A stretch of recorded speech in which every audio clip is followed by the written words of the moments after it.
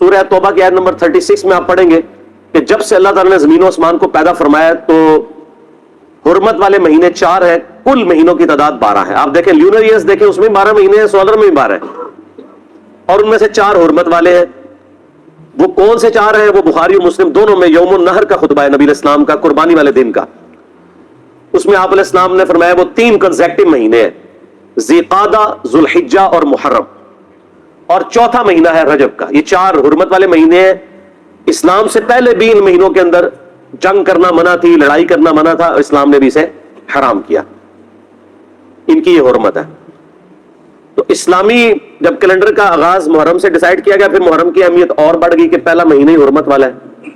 اس کے علاوہ محرم کے مہینے میں ایک دن ایسا تھا، عاشورہ کا دن، جو بخاری مسلم میں آلموسٹ 50 احادیث ہے کہ جو اسلام سے قبل بھی مشرکین عرب اس دن کا روزہ رکھتے تھے، اسلام نے اسے کنٹینیو کیا۔ اور جب تک رمضان کے مہینے کے روزے فرض نہیں ہوئے، یہ عاشورہ کا 10 محرم کا روزہ فرض تھا۔ عاشورہ کا لفظ بخاری مسلم میں موجود ہے۔ جب یہ فرض ہو گیا تو بخاری مسلم میں آتا ہے، نبی علیہ السلام نے فرمایا یہ آپشنل ہے۔ اس کے علاوہ ایک اور حدیث بھی ہے بخاری اور مسلم میں، جب نبی علیہ السلام ہجرت کر کے مدینہ شریف آئے اور آپ کو یہ پتا چلا کہ یہودی جو ہے وہ 10 محرم کا روزہ رکھتے ہیں، تو آپ علیہ السلام نے ان سے پوچھا کیوں رکھتے ہو؟ تو انہوں نے کہا کہ ہم اسے عید کے طور پہ مناتے ہیں۔ ایک طریق میں آتا ہے عید کے الفاظ، ایک میں آتا ہے ہم خوشی کا دن مناتے ہیں، ایک میں الفاظ ہے ایام اللہ میں سے ہے۔ یہ تینوں الفاظ بخاری مسلم میں ملتے ہیں۔ تو آپ صلی اللہ علیہ وآلہ وسلم نے فرمایا ہم زیادہ حق رکھتے ہیں کہ حضرت موسیٰ علیہ السلام کا دن ہم منائیں، تو آپ نے فرمایا تم بھی روزہ رکھا کرو۔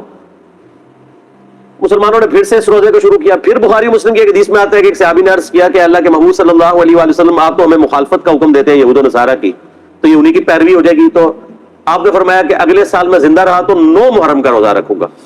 لیکن جب مسلم شریف کی اس حدیث کا ترجمہ کیا جاتا ہے تو بریکٹ میں لکھا جاتا ہے بھی، 9 کا بھی رکھوں گا، اس لیے کہ جامعہ ترمذی کے اندر موجود ہے 755 نمبر حدیث، اس کے انڈر امام ترمذی نے کامنٹس لکھے ہیں کہ عبداللہ ابن عباس کہتے ہیں یہود و نصارہ کی مخالفت کرو، 9 اور 10 دونوں کا روزہ رکھو۔ اس کی پوری سند سنن الکبریٰ البیہقی میں موجود ہے۔ اس کے علاوہ جو اہل تشیع کا اس روزے پر اعتراض ہے، یہودیوں کا بھی ایک اعتراض ہے کہ جی ہم تو کوئی نہیں رکھتے، تو میں نے بتایا کہ اب وہ مہینے چینج ہو چکے ہیں، آج بھی وہ اس دن کو مناتے ہیں، لیکن ان کے اس مہینے کا نام تشریع ہے۔ تشریع بھی بولا جاتا ہے، تشریع بھی، اور یوم کپور اسے کہا جاتا ہے۔ وہ میں نے 1.25 گھنٹے کا لیکچر آلموسٹ ریکارڈ کروایا، آج کل ہم نے فیس بک پہ اپلوڈ کیا۔ اب 1.25 گھنٹے تو میں نہیں بول سکتا، تو جسے وہ اختلافی موضوع چاہیے تو وہ اس کو دیکھ لیں۔ 9 اور 10 یہ 2 روزے رکھیں، یہ یعنی ایک فضیلت کا کام ہے۔ باقی پھر اسلام میں تو محرم کی اہمیت اس وقت زیادہ بڑھ گئی کہ جب اس امت نے نبی صلی اللہ علیہ وآلہ وسلم کو قبر میں گئے ہوئے صرف 50 سال گزرے تھے کہ آپ کی پوری اولاد کو سوائے چند ایک کے میدان کربلا میں مظلومانہ شہید کر دیا۔ سیدنا حسین ابن علی رضی اللہ تعالیٰ عنہ کی شہادت نے اس مہینے کو اور عاشورہ کے دن کو ہمیشہ کے لیے امر کر دیا۔ ویسے اگر آپ بخاری مسلم میں تو آتا نا اس دن فرعون ڈبویا گیا تھا، ایام اللہ میں سے ہے۔ اس کے علاوہ اگر آپ تاریخ کی کتابیں پڑھیں گے تو آپ کو پتا چلے گا کہ اللہ تعالیٰ کے فیصلے کے بڑے بڑے دن جو ہے وہ 10 محرم کو ہی آئے ہیں۔ 10 محرم کے دن ہی یونس علیہ السلام کو مچھلی کے پیٹ سے نجات ملی تھی۔ اب اس پہ حدیثیں سپورٹنگ نہیں، لیکن تاریخ میں یہ روایتیں ملتی ہیں۔ 10 محرم کے دن ہی اللہ تعالیٰ نے سیدنا آدم علیہ السلام اور سیدہ حوا کی ملاقات کروا دی تھی۔ اس کے علاوہ کئی اور واقعات آپ کو ملتے ہیں، اس ڈیٹیل میں جانے کے لیے ضرورت نہیں ہے۔ اس قسم کی آپ نے اگر میٹھی میٹھی باتیں سنی ہو تو طارق جمیل حافظہ اللہ تعالیٰ کے آج کل کافی کلپٹڈ ہیں، وہ آپ دیکھ لیں۔ ہم نے تو یہاں پہ تحقیقی باتیں کرنی ہوتی ہیں، تو اس لیے میں ان چیزوں میں ٹائم لگا کے اپنی بات کا رخ اور طرف نہیں لے کے جانا چاہتا۔